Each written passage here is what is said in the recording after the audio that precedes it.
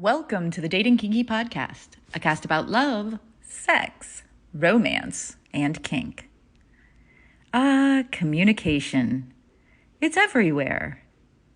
Wouldn't it be nice if communication were easy? If we could feel confident in our ability to convey ideas and to understand others? That's a pleasant dream.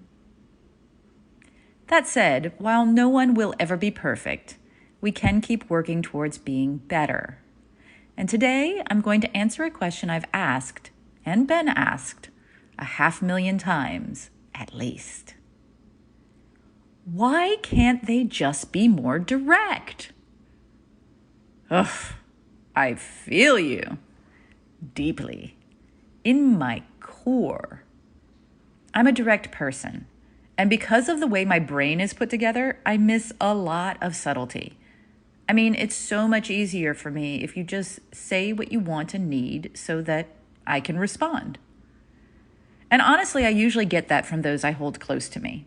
They've learned how to communicate with me best, and it makes them happy to do so. Win-win. However, not everyone is willing or able to change that aspect of themselves, and frankly, the world is a more wonderful and varied place because of it. So what can we do if we just don't understand subtlety? First, I think it behooves us to try to learn to pick up signals that something is amiss. Notice, I didn't say wrong. Yes, we ought to look for signs that something is wrong as well, but it's not just wrong we're looking for. It's anything out of the ordinary. They may be suppressing the desire to tell us about their amazing day, but want to be sure we want to hear by asking about it, for example. So look for those signs, then ask questions. Is there something you'd like to tell me? Is there something I should know? Is there anything wrong? How are you feeling? Is everything okay? General and not accusatory language allows them to choose whether they are ready to open up or not. If your partner has a hard time opening up, there are things you can do to help make that happen. But for now, it's about making the offer. When they do say something, make a note of what they said and the expressions or behaviors that led you to that information for the next time, so that perhaps you'll recognize their signals more quickly and more accurately. Please understand that, in my view, this very much falls under the heading of doing things that I think will make them happy and healthy, and feeling loved is me. It's part of my identity. However, if I fail to do this because I'm not wired that way, it is not something I will take responsibility for. If my partner cannot find a way to communicate with me in a way I understand them, and I'm not a mind reader, which I most decidedly am not, then what we got here is a failure to communicate. But why can't they just be more direct? Well, there are a lot of potential reasons. Maybe they were raised in a culture where asking directly for something is considered uncouth and rude. Maybe they've been negatively reinforced when they've asked for things for themselves in the past. Perhaps their fear of not getting what they want makes them feel like not directly asking for it might lessen their pain.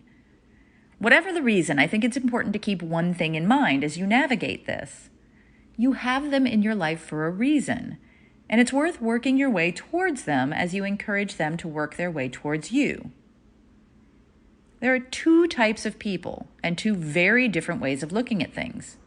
We all do some of both, but some people are much more inclined towards one or the other and may tend to view their non-dominant processing style as suspect somehow. Low context people. They let their words speak for themselves. They prefer to be more direct, relying on what is explicitly stated in their speech. Low contexters, by nature, tend to be I think people. They will say what they mean, wanting to be as clear as possible. High context people recognize and routinely use implied messages, aware of the verbal and nonverbal cues that let them understand the speaker's meaning. High contexters, by nature, tend to be I feel people. They will rely on picking up nonverbal cues and people doing that like they do. The two styles can have a difficult time communicating because low contexters say what they mean and are often baffled when others read so much more into their statements than what's said. High contexters are subtle and get frustrated when what they say is not received, when they feel like they have said it over and over. As a low context person, I've said something like, I really like you and enjoy your company. I'd love to see more of you if you're open to it. Then heard later that the person I said that to was trying to figure out what I meant. Huh? I thought I said it. And then there are two more types of people. Let's say you and I are friends on social media. We may be. And you live somewhere I'm planning on traveling. Now let's say that I'll be there for a few days in early April, and so I reach out to you and say, hey, I'll be in your area and I was wondering if you'd like to get some people together to meet for dinner. If not, no worries. I just love meeting people when I'm in a new town. Would that feel rude to you? How about another example? You and I have been talking about this party you're attending later in the month. I ask you who's going to be there, and I say, wow, that sounds like fun.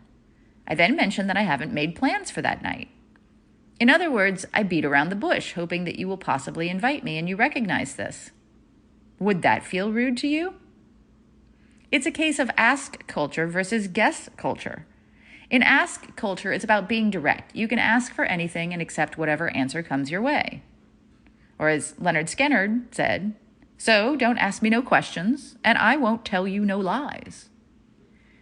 Guess culture is more subtle. You don't ask for something unless you're pretty sure the answer is going to be yes. And when you have to go through the pain of saying no, you resent the question that forced the issue. I, as you might guess, am team ask.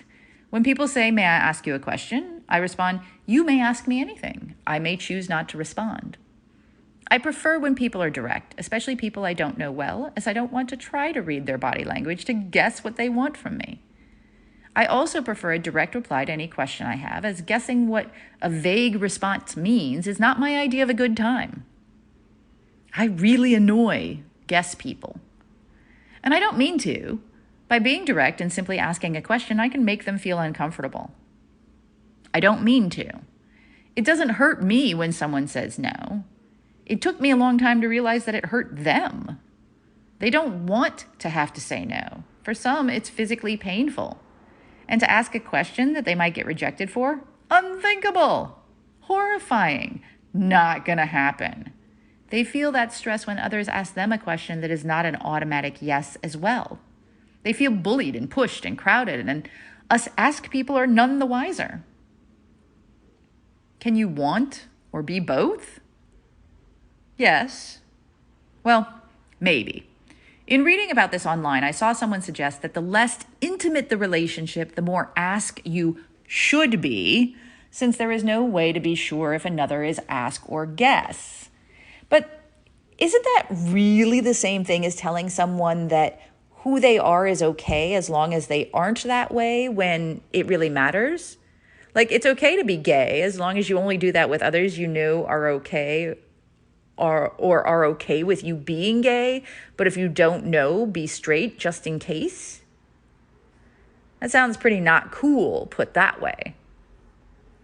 So what's the solution? Well, I found there are two things I can do that have worked in my life. First, be aware. That's simple. Just understand that there are ask people and guess people, and that there's a spectrum as well.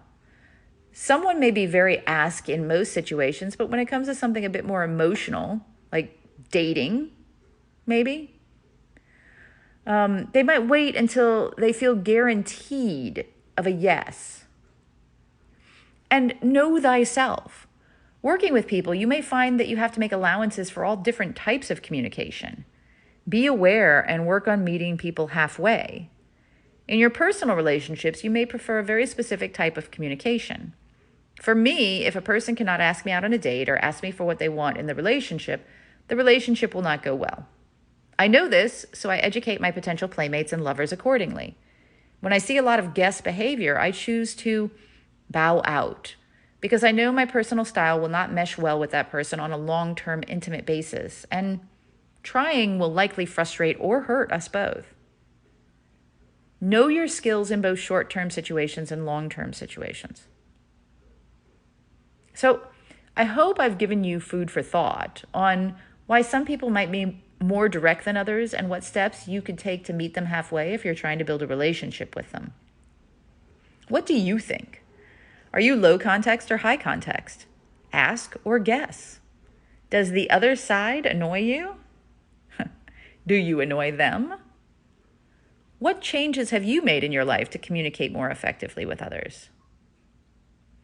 This writing is taken from Understand Me Now, and That's in Order, my book on communication available to Plus members on Dating Kinky. Thank you for joining me today. If you loved this episode, please share it with others who would enjoy it. And please do join me at datingkinky.com and on our new apps available on the Google Play and Apple App Stores. It's built by Kinksters for Kinksters, poly, queer, trans folk, and anyone not quite vanilla, and it's free. Find me on FetLife as Nookie Notes, and on Twitter, Pinterest, YouTube, Facebook, and Medium as Dating Kinky. We're on Instagram as Dating Kinky Official, all one word. Have a kinky day, and I'll catch you next episode.